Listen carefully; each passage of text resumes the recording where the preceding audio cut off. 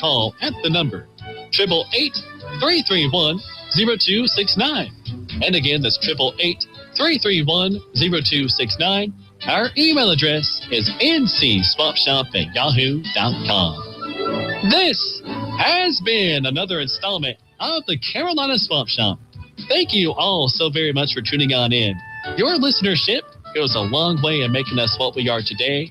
Me saying thank you just isn't enough there. Have a great weekend and catch me next time.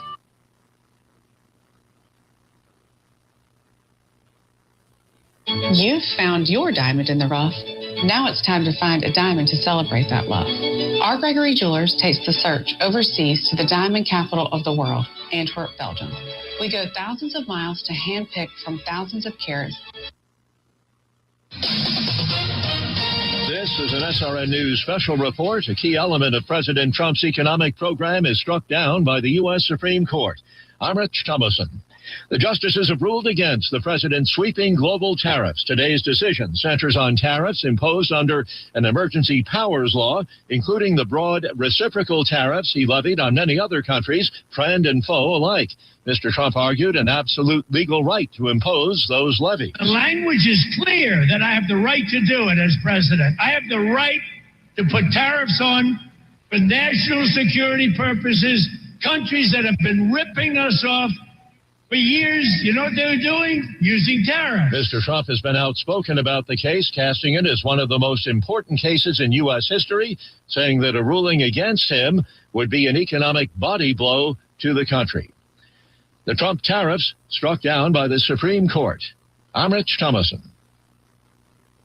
Hi, it's Mike Gallagher. A lot of us are thinking about taxes, home projects we've been putting off, ways to get ahead financially in 2026. Now's the perfect time to talk to my friends at Fellowship Home Loans. If you want to lower your mortgage payment, they can help you refinance. If you need access to cash for home improvements or to wipe out high-interest debt, their fixed-rate line of credit is one of the best tools out there. Fast approval, predictable rate, and flexibility to use your home's equity wisely. Remember, many people still qualify to skip their next 2 mortgage payments. Imagine starting big projects or paying down debt with 2 months of breathing room. My family and I have used Fellowship personally. I trust these guys. Take control of 2026. Go to fellowshiphomeloans.com/Mike G. fellowshiphomeloans.com/Mike G. fellowshiphomeloans.com/Mike G, or call 800-510-MIKE. That's 800-510-6453. Fellowship Home Loans, mortgage lending by the book. Nationwide Mortgage Bankers, DBA Fellowship Home Loans, Equal Housing Lender, NMLS number 819382. The following program is a paid advertisement and does not necessarily represent the views, opinions, or endorsements of Signal Hill Media Partners, its affiliate stations, or its advertisers. Say what you want. Welcome to We're Just Sayin' with Senator Vickie Sawyer and co-host David Coble. Join them each week as they provide the latest updates on legislation affecting North Carolina, from breaking down key bills to answering your live call-in questions. Senator Sawyer and David engage in meaningful conversations on the issues that matter most to our state. No matter your political affiliation, We're Just Sayin' keeps you informed and involved in the efforts to make North Carolina a better place for everyone. Welcome to the conversation. Good morning, everyone. You're listening to We're Just Saying with Senator Vickie Sawyer and David. Lodgy part of the show, 704-873-9929. Almost not with David. The rain rolled in about the time I was getting ready to leave the house, but I stuck to my word, and I came out to support you on today's radio show. Long-time listeners of the show know that David has a few solidly held beliefs. One of them is David doesn't go out in the rain. No, David does not go out in the rain. He's like a goat. I absolutely hate the rain. I absolutely hate it. And I'm forced to many times, but if I have a choice in the matter, I am not going out. What is it about the rain that you don't enjoy? Like the rain. Really? I don't like going out in the rain. It's gross. Your car gets all dirty. It's gloomy. It's gross. It's depressing. It's just, I don't like it. I just don't like it. Okay, fine. Well, at least it's raining on all the political signs. I mean, you let me rant about my pet peeve, so you feel free to rant about the rain. But I'm glad that you overcame your trepidation about being in the rain. Well, I think it shows my dedication to the show and to our listeners. Yes. They count on me to be here. They count on me to be a part here. Apparently, President Trump counts on you to be a part of this show. He does, well. actually. He was talking about our show not that long ago. I don't know if we have the clip ready yet or not. So listen to this, Trump talking about our radio show. Have you heard this radio show? We're just saying, just amazing content and insight. The host, David Coble, really carries it. Most people say so. The girl, Vickie, is okay, but could be better. I don't say that. Other people do. I make sure it's always playing on Air Force One. See, I mean, you thought we only reached North Carolina, man. The president loves us. That's a big time. Whenever we were talking about dropping him a couple weeks ago. Yeah. See, right there. See, you would have incurred the wrath of the president had you dropped me from this. But no, I'd like to thank President Trump for talking about us and obviously those kind words. I agree with him on everything there. You could be better. And you should work on some things. But I was thrilled with it. I mean, honestly, I'm really excited that President Trump listens to us. Especially the transitions. I mean, yeah. So this is payback, I think, for me throwing shade at you during your ailments and not being here, and then all your businesses trips and stuff. So is this my payback? Did you somehow know President Trump and got him to record that for you? No, I just I think it was just spontaneous. I mean, he brings up just random things all the time, and obviously something happened that brought it to his mind. So I'd like to thank him for his support of our show and for his kind comments. David. What? You gonna tell your secret? What? There's no secret to tell.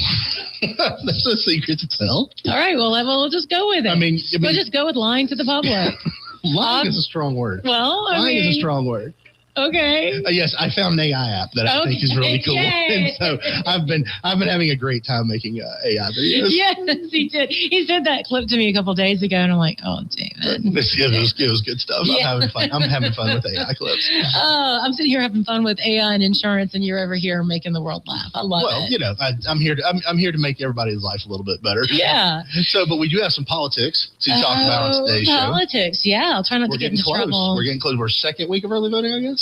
Like too long. Yes, way too long. 40 days and 40 nights in the desert. I feel so bad for these candidates who've been out there, and I've been there before with them. I saw Representative Todd Carver, who obviously doesn't wear a hat when he's out there electioneering. His skin is like the color of purple. He's so sunburnt in February. He's sunburnt in February.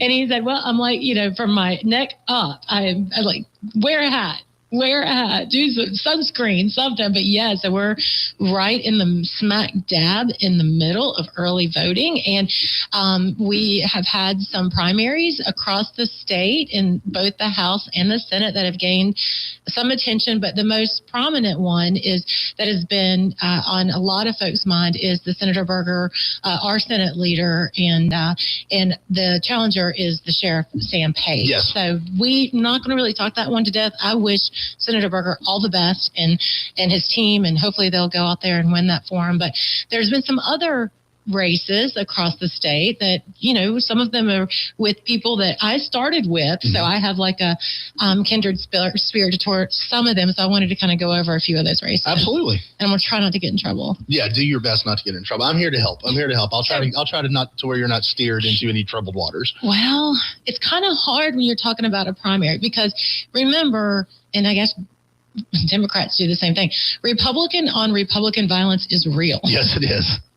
It is very real. They're mean. Yes. They're just mean. They are mean to one another. They are just vicious. And so, as me, as a disclaimer, talking about these primaries, I wish both candidates the best of luck, and I will work with whomever is there and help support. But if I say very PC of you. Very PC. Yeah, if I say one thing out of line, then you can go ahead and connect with me. But would like to mention it here that we will all come together after the primary and love on one another and beat the mean old Democrats. There you go. Okay. Is that good? That's good. Is that the best disclaimer? Absolutely. All right, God, I hope. Kumbaya. All right.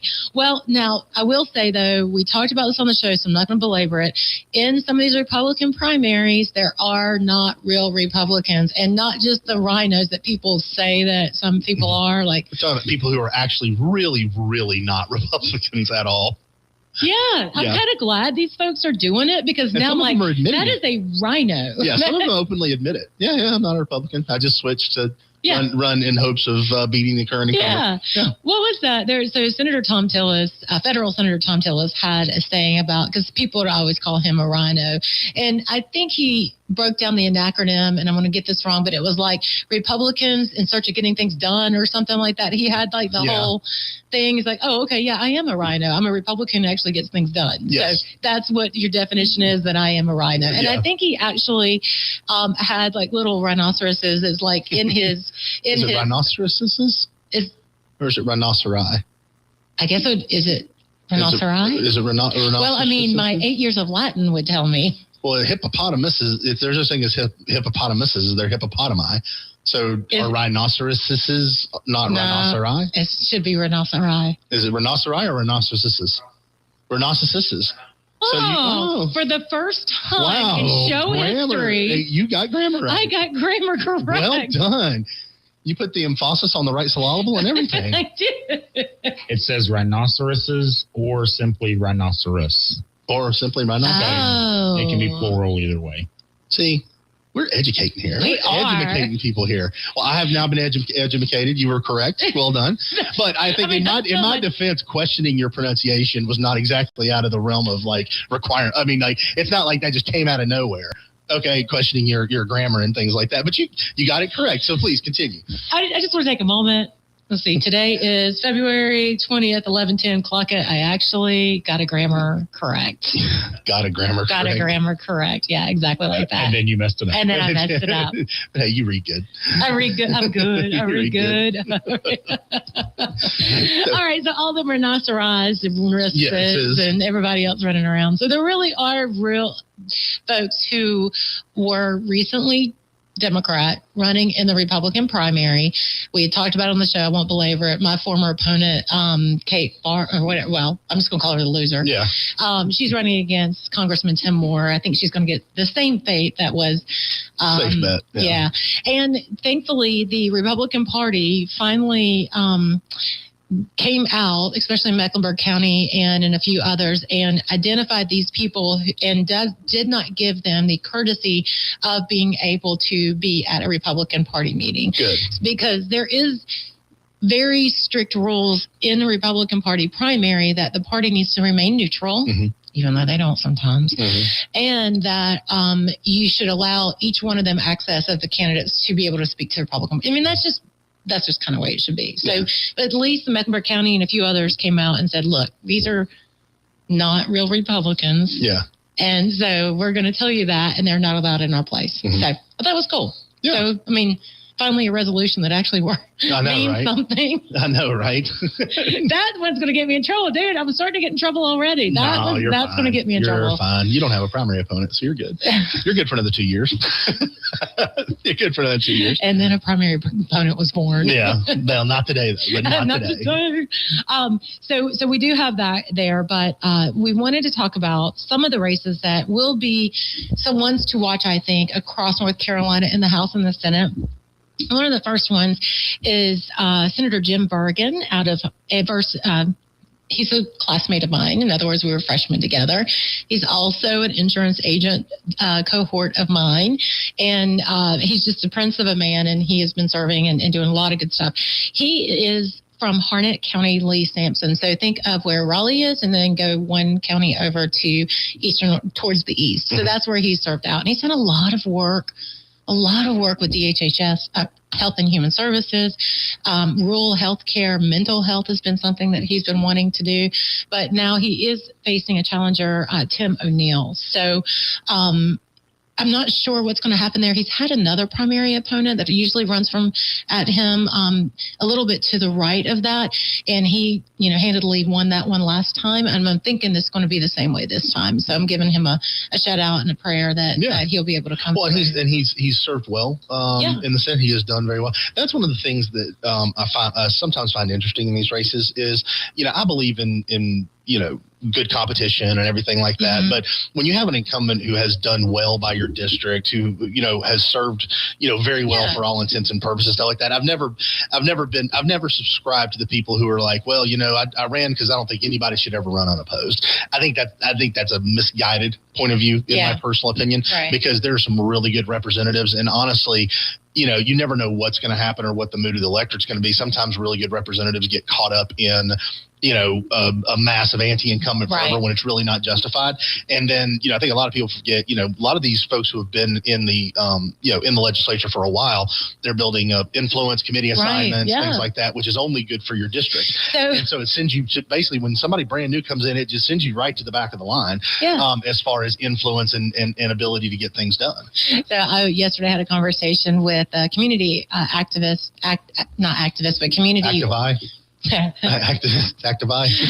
One of my neighbors. One of my neighbors. And he's a part of a group, and they are very anti-growth. And so they protect our neighborhood, and they're very involved in it. So they love me. Well, they don't love me anymore. Oh, what'd you do? Well, I've been Raleigh-fied. Oh, you've been Raleigh-fied. I've been Raleigh-fied. I'm not, I was, let's see, what was the pushback? I was good when I got down there, but I've been Raleigh-fied, and that I don't know where the people are. And how did they define Raleigh? Well, the person I was talking to was just kind of giving me the sentiment of some of the people in the group and stuff. And so I was like, honestly, I can understand that, because people oftentimes don't take the time to realize what they're really angry about. I have no control over, and it's just like pox on all your houses. If you've got a title or something, they're going to do that. So I totally give them a pass on that. Did you get any specifics, like they don't like this about you? Well, they don't like that I get, no, actually. I mean, why would you not love me? Exactly. So there were no specifics. You were just called Raleigh-fied? I was Raleigh-fied. I had lost my way because I've been in Raleigh too long. But there no defining that, no examples of that, no anything? They're just mad about traffic. Okay. They're mad about traffic and growth, and anybody who's elected is a problem. And this is the craziest thing.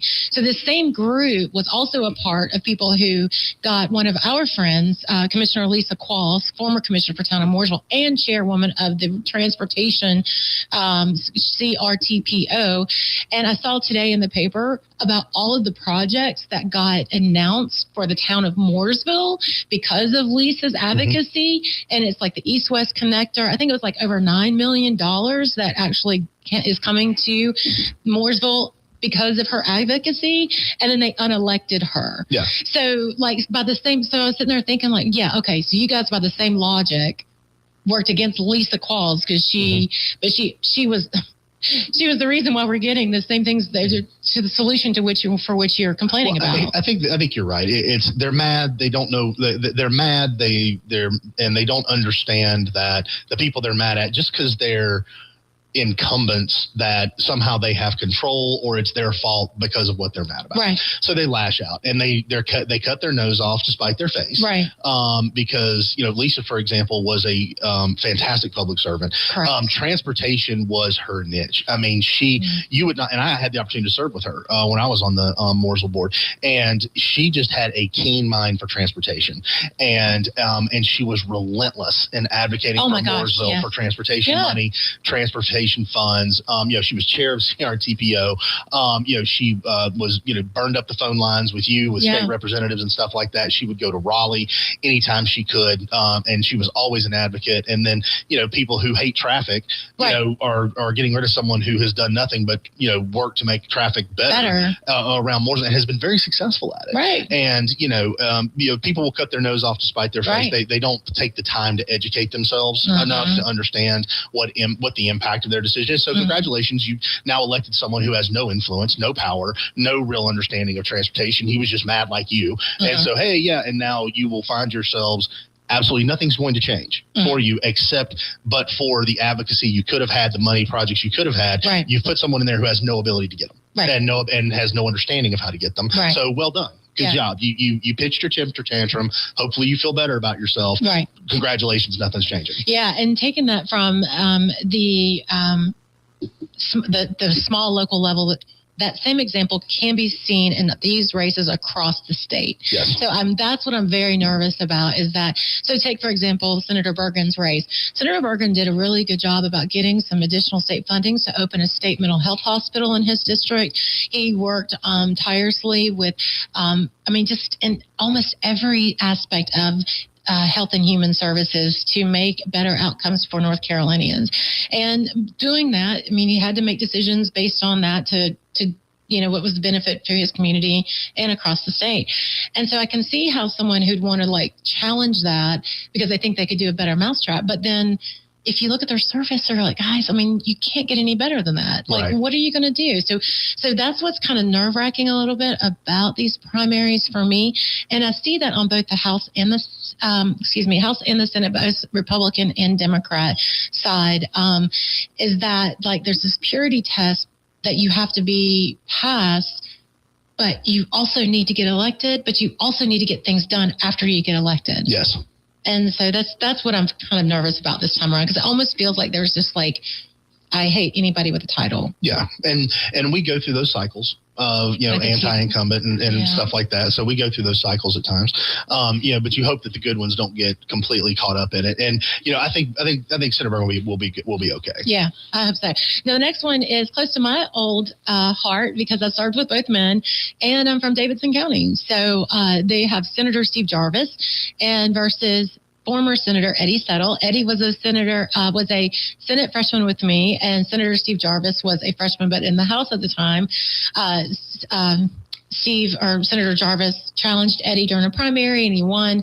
And so now I think Eddie's coming back to try to even the score again. Again, I really, really enjoyed my friendship with Senator Eddie Settle. But Senator Steve Jarvis is really one of the hardest working members. He's always around doing things.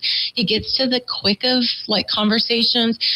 He is diving into the home builders and all of it because that's his profession, so he's really dives into those kind of things. He's like a deregulation person, and he just really works very hard and has worked a long time to build up his influence in the Senate. So that would be again, I appreciate Senator Settle. I think not Settle. I said Eddie Settle, didn't I? I believe so, yeah. That's not Eddie Settle. I was so wrong. That's not? Eddie Gallimore. Eddie Gallimore. Yep. Eddie okay, Settle. So live correction on the air. Live correction on the air. It's Eddie Settle from my heart. Your sentiments about Eddie Steve Jarvis still apply, though. Yeah, for sure. Doesn't change your opinion. Eddie Settle is a senator who's actually come in and co-hosted the show with me before and from Wilkes County. So I am so embarrassed. Forgive me. Delete. Trump was right. So Eddie Gallimore from Davidson County. So this is a rematch. And, Senator Jarvis has done a great job of working through very wonky policy problems. And I just think he's, for the folks in Davidson and Davie, that would be the best choice. Yes, definitely. Yeah. No, see, this is where I'm getting in trouble.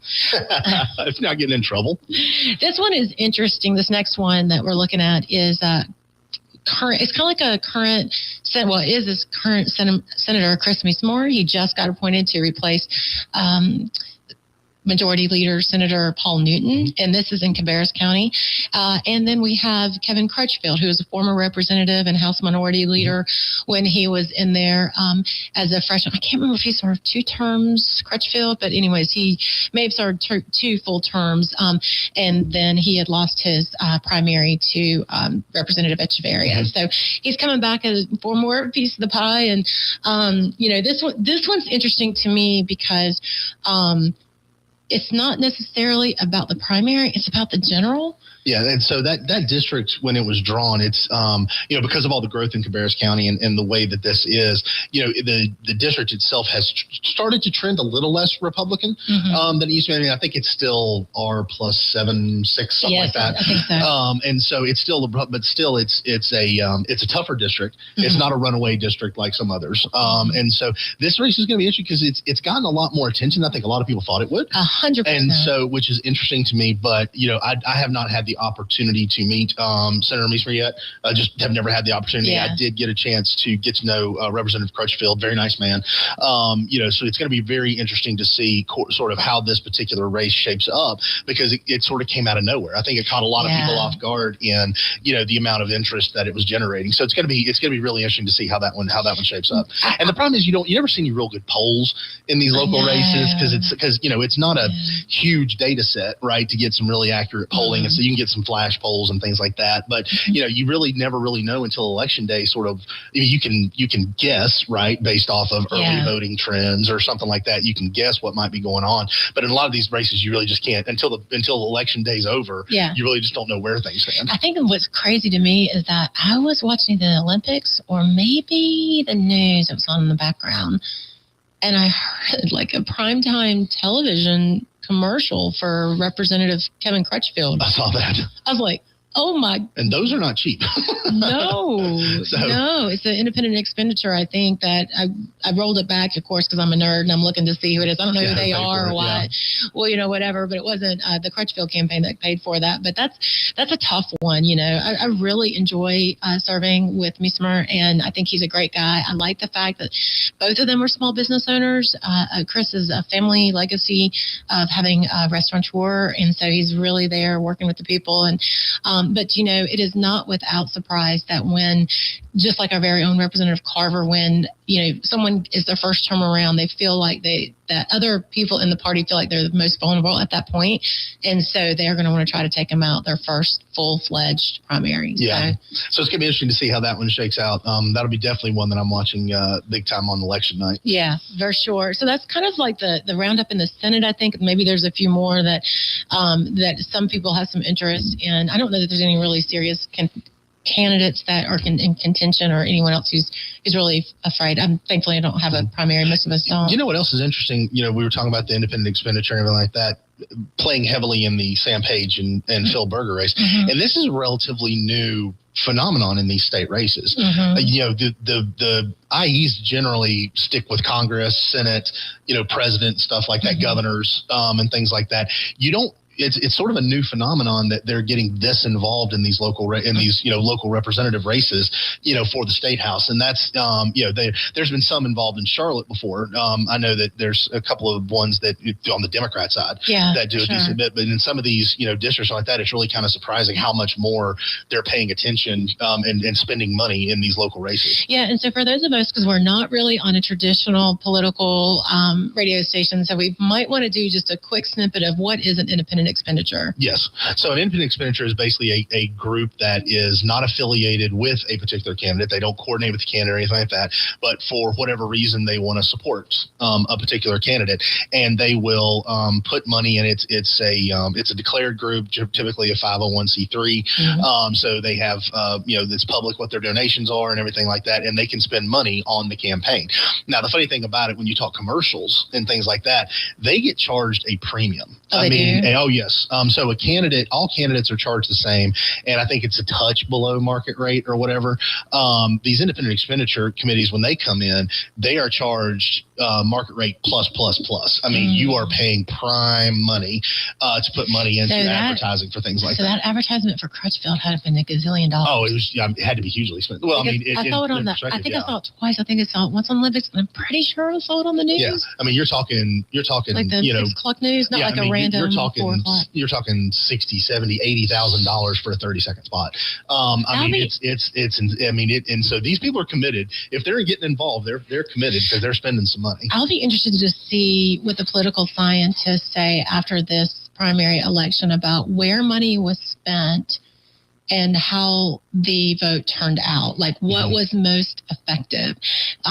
Because, is it TV ad that effective in a broad audience, or is it more targeted? Like where, because there's a bunch of money being spent right now, and I'm just curious. Even on the Democratic side, there's a few races that are going on that with the independent expenditures are getting into. I'll be interested to see: is it mailers? Is it TV? Is it more targeted? How does that even work anymore? Yeah, and to be fair with you, for a while, their text messaging was something that was just brand new. Yeah. But it seemed like that based off the studies now. I've always been I've always taken with a grain of salt the studies, because the studies typically come out from people who do this for a living. And so it's kind of like, oh yeah, this what we did that you paid us to do. Yeah. Great, so you need to pay us more to do more of this. So always a little bit of a grain of salt. But I've always, in my experience in the elections, you and I have been involved in a number of elections, both the local level, state level, federal level, and got to kind of have peeks behind the curtains and stuff like that. I don't think that anyone would be spending money on television if there wasn't something that said it worked. Well, that's fair. Right. Because that's a huge expenditure.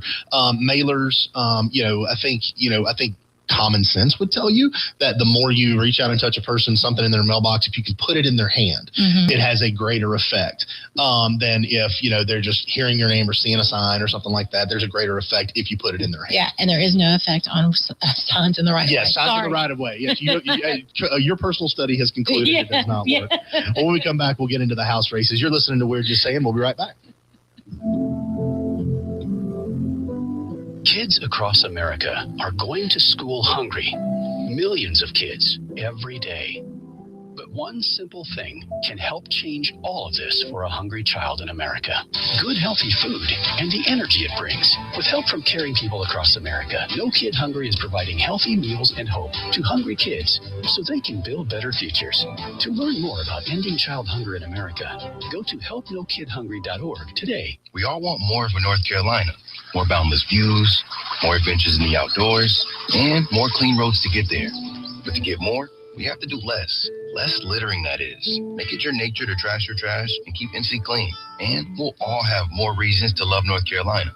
Litter less, get more. For more on the 7 outdoor NC Leave No Trace principles, visit outdoornc.com. Sponsored by the North Carolina Association of Broadcasters and Visit North Carolina, a part of the Economic Development Partnership of North Carolina in cooperation with this station. We all play a role in keeping our community safe.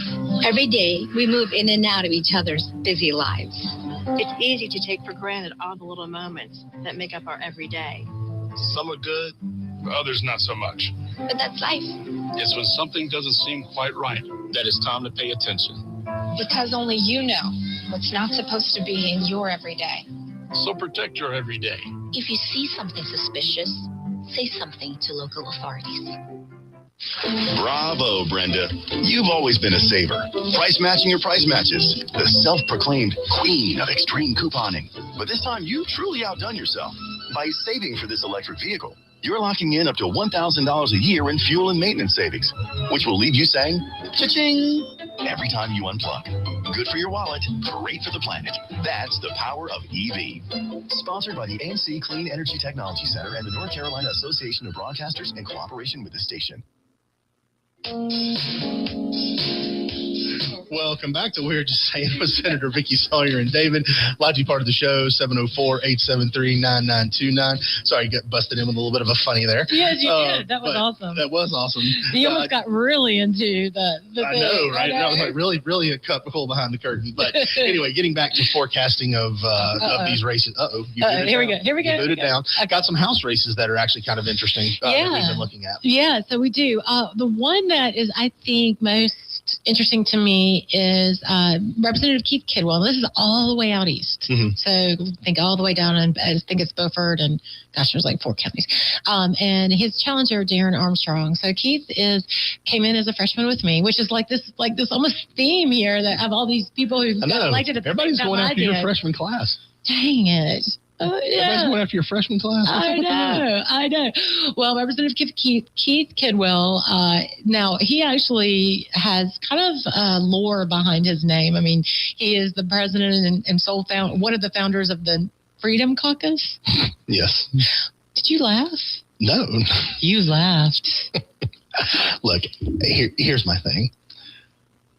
The idea of having a Freedom Caucus in a General Assembly completely controlled in a veto-proof majority by all conservative Republicans seems a little redundant to me. And so I had, and our, good friend Jeff McNeely, he's a member, and it's fine, but it's like, pretty much, I think everybody who's a conservative Republicans would be like, well, yeah, I'll be on the Freedom Caucus. Because, like, yeah, I mean, it's like, I don't get it. It's the same thing. Look, people latch on to things that the Freedom Caucus in Congress.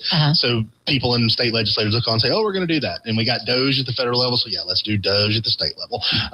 Things catch on and things like that. But, yeah, I find it redundant. But that's me. I'm not begrudge anything. I just find it redundant. It'd be one thing if we had if we were a, sort of more moderate to left leaning, middle left General Assembly, but we're not. So anyway, go ahead.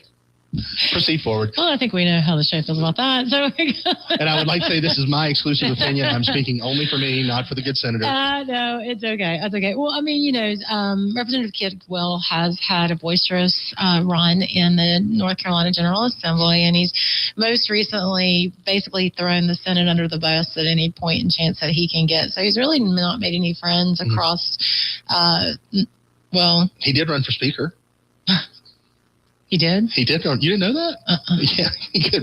Yeah. How do you not know that? Yeah, he ran for speaker a few years back, and he was going to announce it on Facebook Live, and they couldn't get the audio to work. So basically, he was streaming live on his Facebook page. And he's just sitting there looking around because they couldn't get the sound to work. So I was like, nothing says in tune with the youngsters like not being able to get the sound on Facebook work. But anyway, go ahead. Feel free. Keep going. He's in a tight race. Okay. So he's in a tight race against a farmer. He has accused everyone of recruiting this farmer, but I don't know that necessarily is true against Keith because, he has basically stood tall. Now, when I first started serving with Representative Kidwell, I actually appreciated going to certain things with him because he's like he owns H&R Blocks, and for me I thought that was like the perfect fit for someone who actually can understand and do tax policy, just to have a man who actually does taxes for a living, because it is intricate and it is difficult to figure that kind of stuff out and all that other stuff. But I think his service has been more defined about hating on the Senate. Well, yeah. And there's a lot of mileage to be gotten out of that. Apparently there's a lot of mileage you can get out of that hating on the Senate. Apparently so. Here in the House, hating on the Senate is a good gig. I'm hoping this is one of those shows that nobody listens to. What? Well, I mean, to be fair, hating on the House is a good gig on the Senate side too. I don't do that. I've defended the House on the couple I'm things. not saying you, but let's take this current budget. Okay, let's get into it. This current budget stalemate, right? All right, Lord. The articles have been, the Senate blaming the House blaming the Senate. I mean, that therein lies the challenge in single party rule, is that it becomes less about Republicans versus Democrats, but House versus Senate. And there are two competing philosophies in the House and Senate, which is not a bad thing. I'm a firm believer that competing philosophies can generate compromise. I really do. We hadn't gotten there yet, on the budget. I think we will. Personally, I think once we get past primaries, we always come, back. And also, this was not a budget year, right? Technically, this was not a true budget year. That's next year. So I think that I don't think that we've said anything bad or anything like that. I think it's just, we're talking about you have always been good about talking about the realities of the situation. Sure. We're not saying anything earth shattering or that anybody's going to go, oh my gosh, is that true? Are you sure? Oh gosh, do a Google search about the articles where, the Senate's people in the Senate are quoted, people in the House are quoted. That's true. Well, they blame you, you blame them. Well, that's how it works right now. David, as much as we'd like to think that, it's just our personal little soapbox that we're on, apparently there's other people who listen to us and then they do respond to our behavior. I have said nothing like what I've said in the past that has gotten us in trouble. I have not remotely covered anything that should be getting us in trouble. Okay, me neither. Because I have said things that have gotten us in trouble. Me too. And I have not met that threshold this show, and I will stand by that. I will stand by that. All right. Well, let's move on because I think we've said all we could about that one. But the one that is also very interesting and a friend to the show, Representative Jake Johnson. Yes, been on the show several times. Yeah, and so he's got such a great voice for radio too. Does he? He does. He has that deep voice. And you look at him, his voice doesn't match. I've always told him that. Yeah. But he's got this deep voice for radio. I feel like that, once he's done with his elected work and stuff like that, I feel like he'd be a great radio show person because he's got just that deep voice that really projects well. Oh, good. So you're gonna, since Trump loves you more than me, you're gonna try to put him in here on the seat? You know what? Here's the deal. I go where the audience takes me, and we have to yield to what the audience demands. I guess that's how it is. And if they call for a change, who am I to argue with the audience? Fair. But I'm still loyal to you. But anyway, Jake Johnson versus Mike Hager. This one is very interesting. Tables have turned on here. It was David on the hot seat. Now it's me. All right. So Representative Jake Johnson, and he has someone who is not new to the General Assembly and kind of came in to leadership a while ago with the Tea Party movement back in the 2010 and actually got to, I guess, was he majority leader in the House? Mike Hager, he was either majority leader or deputy majority leader. He was one or the other. in leadership. He was in the in House leadership. during that Yes, time. he was in leadership. And then he was very heavy in energy policy. I remember because that's where his professional acumen lies, I guess. And so then he went and joined the dark side as a lobbyist. The dark side. The dark side. And I guess he didn't like the dark side any longer. He wanted to come back to the light. And so he's now challenging Representative Jake Johnson for that seat. Now, we're talking about Western North Carolina, which is Polk County, Rutherford County. Polk and Rutherford County. Yes. Rutherford and Polk. And so, but he's from Rutherford County. Hager is. Jake, I believe, is in Polk County. So it'll be interesting to see how that race shapes up. I like I said, Jake's a friend of the show. I'm a fan of Jake. I think he's done a great job in the General Assembly. I think this is another one of those situations where we've got somebody who wanted to get back in, and this was the opportunity to get back in. It was interesting to me that Representative Hager, I believe, ran for school board and lost. Really? And then he went from in the House. I think he ran in school board and lost, and now he's coming back into somebody. Our resident fact checkers can check me on that, but I think that was accurate. So anyway, now trying to get back into the state, and obviously having previous tenure, he would come back in, obviously with some influence. Yeah. But Jake, he has done a fantastic job, I think, and deserves to be reelected. Yeah, one that I didn't do research on until just the very last minute, so that's why I want to talk about it. But it has some significance to the show. Former or current representative, but candidate also for the Supreme Court, Sarah Stevens, is actually doing really good in the polls. I don't know if she actually is. Did you see that? I did see that. She's doing really good. She's working it so hard. She is, and in a judicial race, because this is an off year election, right, which, as a general rule, hurts the parties in power, right? But she is working it very hard. She's, neck and neck in the polls with, I believe, Anita Earls. Yeah. And so I think, she's been working. She's fantastic. I would love to see her win that race. I know, me too. I would. Well, she also, because she's on the ballot for the Supreme Court, has left an opening in her home, Missouri County, for the House. And my former opponent, and at the time I didn't care for him, but I've learned to enjoy him, is A.J. Dowd. And he is actually running for that seat to replace Sarah Stevens in a Dowd primary. Crowd. Hashtag Dowd Crowd. Hashtag Dowd Crowd.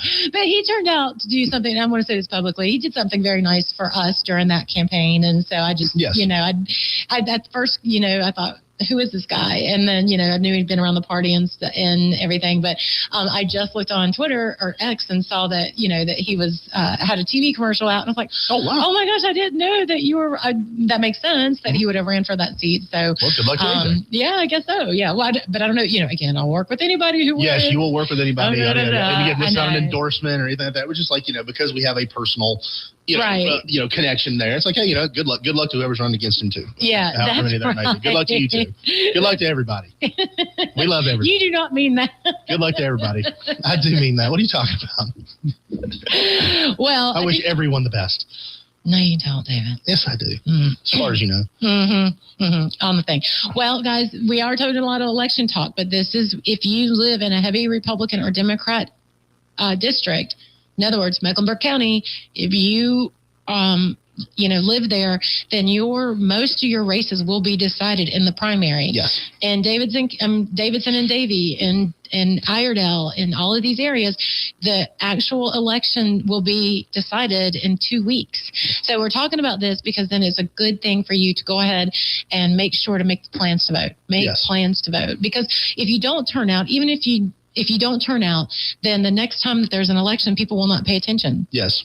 Right. And please do your research, dig in, do your reading on these candidates. Understand, I think, primaries are tough because you will find very little variation between the primary candidates and what they believe. So a lot of times it gets down to what the one says about the other in a negative light. And so, which is just part of politics. It's the way it goes. Yeah. But definitely dig in and do your research on these candidates and make sure that you're well educated in heading to the polls. Well, it does seem that the Democrats, if you want to look at the daily vote totals, there's been a total of 260,000 ballots cast in this primary. Half of those, well, no, not half of them, but like 45% of them, 42% actually I just saw, is been Democrats. 28% of those are Republicans, and coming in unaffiliated at 29%. So the unaffiliated are pulling more ballots than us Republicans. Well, I think that was true the last election too, wasn't it? I don't know. Well, I mean, Democrats generally always outpace early voting because dead people vote early. So I think so that's not uncommon for that to happen. Okay. Oh, Lord, David Coble. Well, I will say in Mecklenburg County, there was one candidate that got quite the scare, and I feel really bad for him. I don't know if you saw the news on that. I did not see. You told me about it when we got here. Yeah. I was like, wow. So there is a brave Republican running in District 1 for Mecklenburg County Commissioner. His name is Aaron Marin. I wanted to make sure it rhymes for a reason. I don't know, Aaron. But anyways, he put his name in to run for that district. And actually this week, his house was shot at. And they came in, and the investigators are saying that the shooting was targeted, and it was not an act of a random act of violence. So prayers to his family. They are not staying there anymore. He's under protection. But that is just absolutely craziness that a man who decided to stand up for his beliefs, put his name on the ballot, and now his house is under attack because he's a Republican in Mecklenburg County. That's just ridiculous. And not for nothing. I mean, good Lord, Mecklenburg County is pretty much entirely blue anyway. Mm-hmm. It's like, I don't understand what's your big threat? What's your big threat there? Yeah. And why are you doing that? But but I think we've seen, there's a culture on the left of violence. We see it everywhere these days. When you go out to these protests and stuff like that, the people getting assaulted are the ones that are, pro-Trump, Republican, or whatever like that. They're the ones who get assaulted. They're the ones who get yelled at and shouted down and things like that. Doesn't happen when we protest. Though, to be fair, even during Biden, we didn't protest a ton, and when we did, we didn't assault people. We don't do that. That's exclusive purview of the left, and that's a fact. You will never change my mind on it. And I've got about 3 million videos I can point you to show you how it happens. So but at the end of the day, taking gunshot people who are just trying to get into public service. I mean, regardless of how you feel about them, that's just way out of line. And I still don't understand I'll never understand the diseased mind of people that do things like that. Yeah. Well, the diseased minds, though, can make about $65,243 a year in Alamance County and in Randolph County and a few others, if you want to know how. How? So someone sent in our text group a call for, and I think they said, this is through, I have not researched that it's really a George Soros funded campaign, but my understanding it is obviously leftist.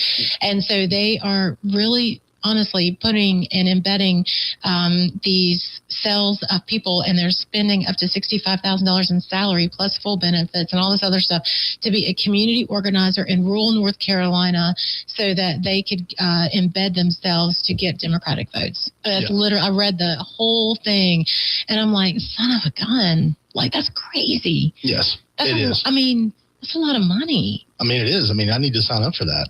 Though I think what if they do background checks on those things?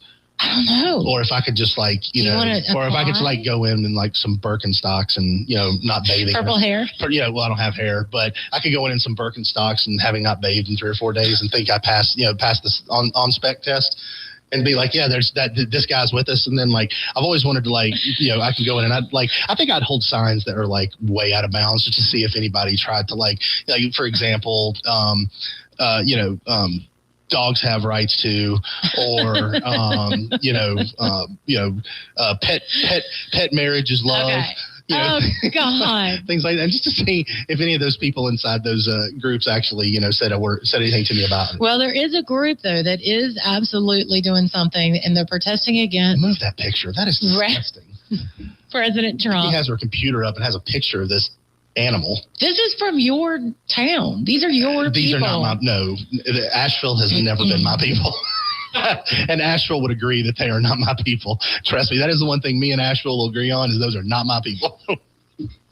Well, some of those people up there, actually, I'm not going to try to laugh. The Center for Biological Diversity has sued the U.S. Fish and Wildlife Service in an effort to set a binding date for the agency to enact a federal protection of the eastern hellbender. Now, hellbender, cool name. Ugly animal, but cool name. I don't really know what a hellbender is, although they're trying to tell me what it is. But for those of you listening to us on the radio, think of Satan's spawn. Yes. It is disgusting. I want to know who that person is holding that thing. I think this thing should be eradicated. Yeah, Google, what is it, Southeastern hellbender? It really looks like it has 2 heads. Yes, gross. Nastiness. I don't think we should protect this creature. I agree. I say build, baby, build. I am too. Yeah, it's like if there's. Is that 2 heads? I don't know, but it's ugly. For those in radio land, this is not an attractive thing. If I'm going to describe it, I really, I can't. There's just no words. There's no words. So it looks So this is the way the article has described it. That is, it's one of 3 giant salamanders in the world. The slimy eastern hellbender can grow up to 2 feet long and are known for its nickname, including snot otters. Yeah, that's tracks. Mud devils. Okay. And lasagna lizards. It is disgusting. Protect the bunny rabbits. Let's protect cute things. Yeah, this thing should be eradicated. There's a reason why it should be on the endangered species list. Look. Survival of the fittest is a thing, okay? Not everything is meant to live forever, all right? Not everything is meant to be around forever, and I firmly believe that this is one of those things. I mean, I really feel like this is one of those things that, other than the 15 people in that group that know that thing exists, would any of us know if all of a sudden it was no longer around? Would any of us care? Is it going to change your day-to-day life? Definitely not, unless you're funded by the Center for Biodiversity or whatever it is. Yeah, I'm not with it on that. But good luck to them. So the North Carolinians designate this species as a special concern, meaning the state government requires their protection and conservation. It's illegal to kill, harm, collect, harass, or sell them in the state. Well, there you go. See, there's already laws trying to protect them, and they're still going extinct. So obviously, it's not meant to be. If I had a gun and I saw that thing, it'd be gone. Oh gosh, well, it's disgusting. I can't even look at it. Best of luck to them. And again, this is America. It is everyone's right to organize to care about things no one else cares about. Well, you know what I do care about though? What's that? I think the best looking vehicle out there is going to be hitting the roadways late this year, early next year. What's that? And it's got a South Carolina and North Carolina roots. What's that? Scout Motors. Scout Motors, yes. Have you seen the picture of that? I have. It's a pretty cool looking car. It is amazing. I will say it is a pretty good looking car. I might have to expand the fleet. Really? I'm telling you, I saw this thing and I'm like, well, buy local. They're going to be local in South Carolina, right? They're manufacturing in South Carolina, headquarters in Charlotte. Yes. Yeah. So I think they're manufacturing like 70 miles south of Charlotte, and then they're going to have their headquarters in Charlotte, obviously, because Well, yeah. I mean, yeah. Wouldn't you want to be? Absolutely. In the economic juggernaut that is Charlotte.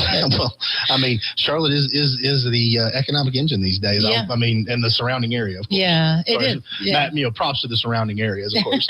but no, I have seen them really cool looking cars. Really cool looking cars. I hope they don't cheese them out and make them all electric. I mean, as a girl who drives a Tesla, there are just certain vehicles. Is it all electric?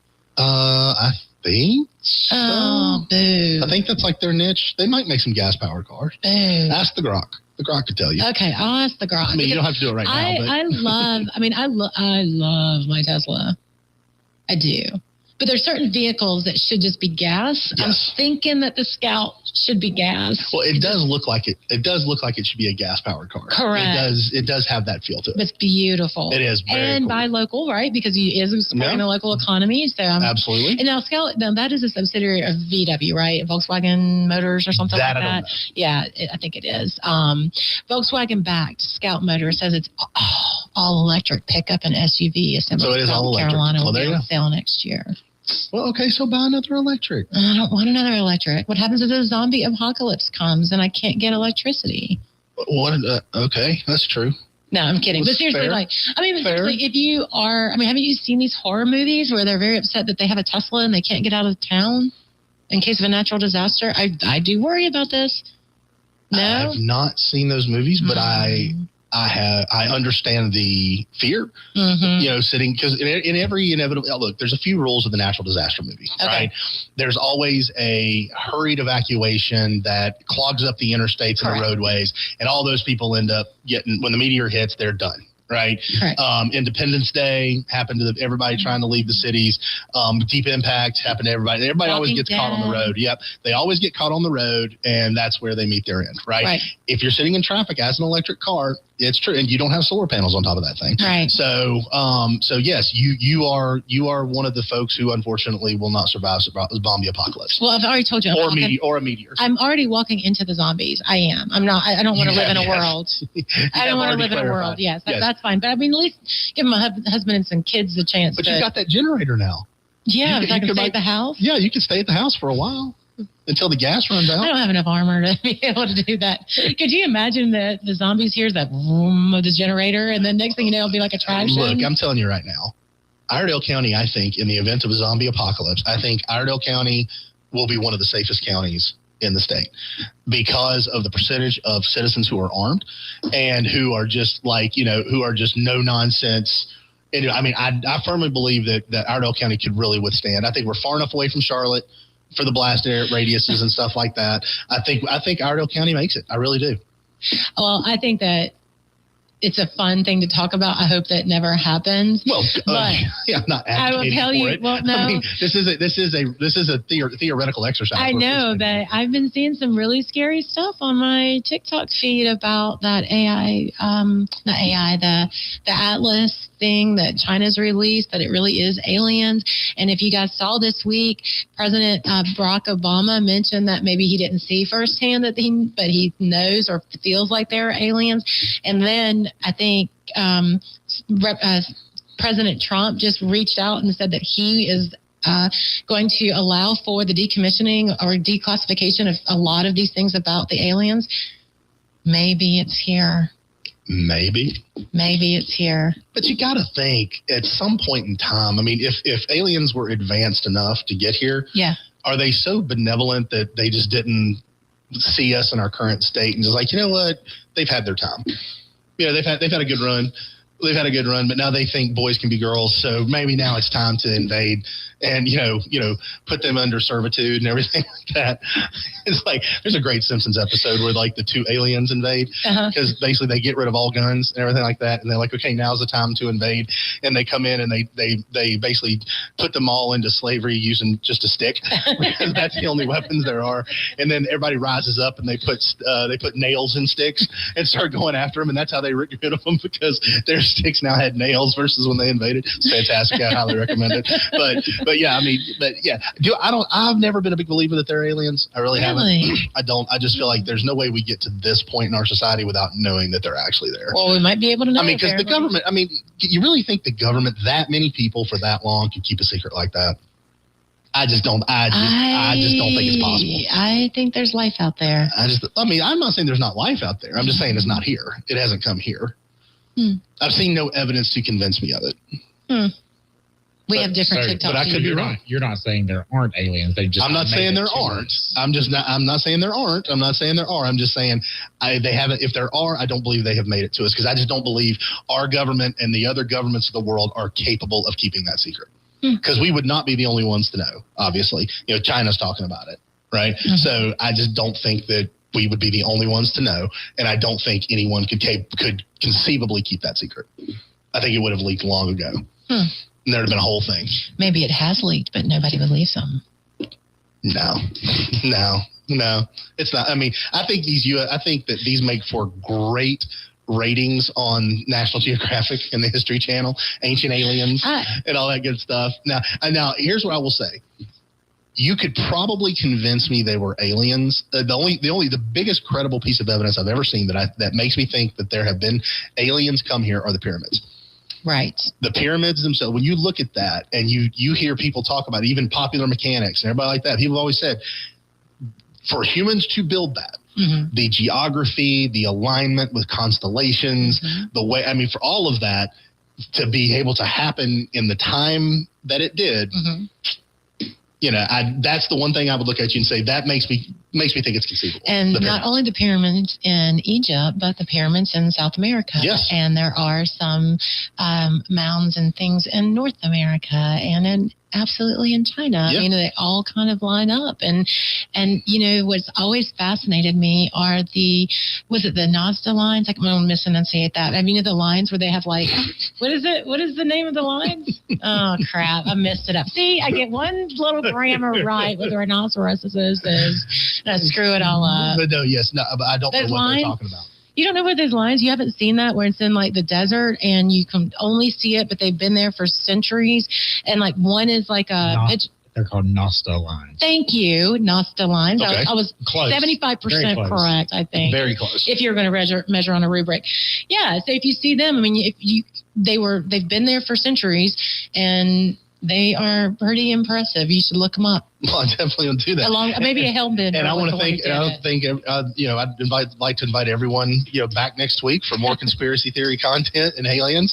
Yeah, obviously, we went off a little bit went down a rabbit hole there, but that's okay. I didn't say I didn't believe. I didn't say I did believe. I just said there's a lot of unanswered questions in this world. Well, there you go. Fair enough. Everybody have a great week. Thanks for listening. We'll talk to you next week. Say what you want. Thank you for tuning in to We're Just Saying with Senator Vickie Sawyer and co-host David Coble. We appreciate your time and input as we discuss the issues shaping North Carolina. Stay informed, stay engaged, and we look forward to having you join us again next week for more updates and insightful conversations. Take care and keep participating in the conversation. Real Country is 550 AM WAME, 92.9 W225BD, Statesville.